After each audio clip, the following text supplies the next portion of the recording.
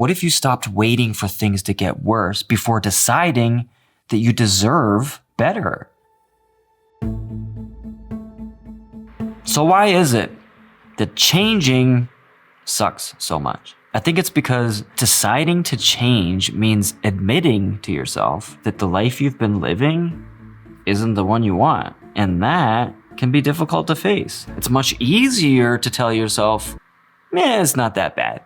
Sure, my work is stressful, but whose work isn't stressful? Yeah, there are some problems in my relationship, but whose relationship doesn't have problems? Yeah, I'm not really feeling very fulfilled in life, but isn't that just how life is? And the longer you sit with these thoughts, the more normal they become. The more you convince yourself that they're true, even though they're not. Your mind will go to great lengths to justify not changing. Because even when you hate where you are, at least it feels familiar, at least it's predictable, and deep down, that familiarity feels safe. Much safer than having to tear down everything that you know, believing blindly that maybe you'll be able to build something better.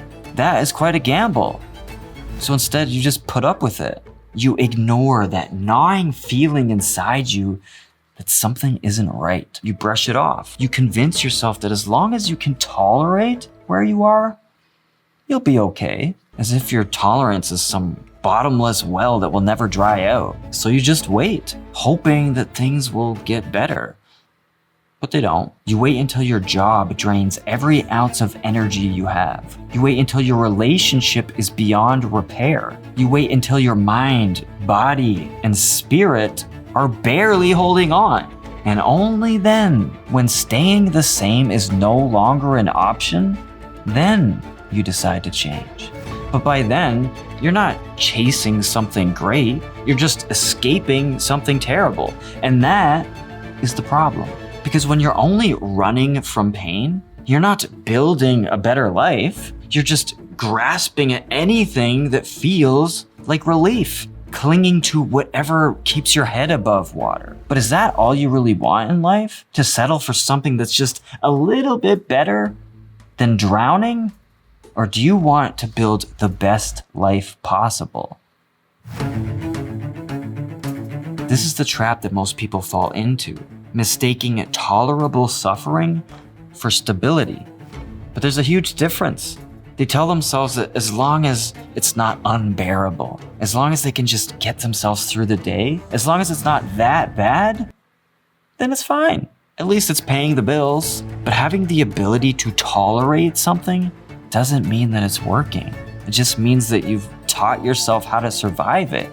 But if all you're doing is surviving, then can you really call that living? I don't know about you, but in life, I want to do more than just survive. What if you stopped waiting for things to get worse before deciding that you deserve better? What if you didn't wait until you were drowning to start swimming? What if you didn't wait until you hit rock bottom to start climbing? What if you let your ambitions lead you, not your suffering? What if you decided to build a life that excites you, not just run away from one that drains you? Because the truth is, change is inevitable. The only question is whether you choose it willingly or you let life choose it for you.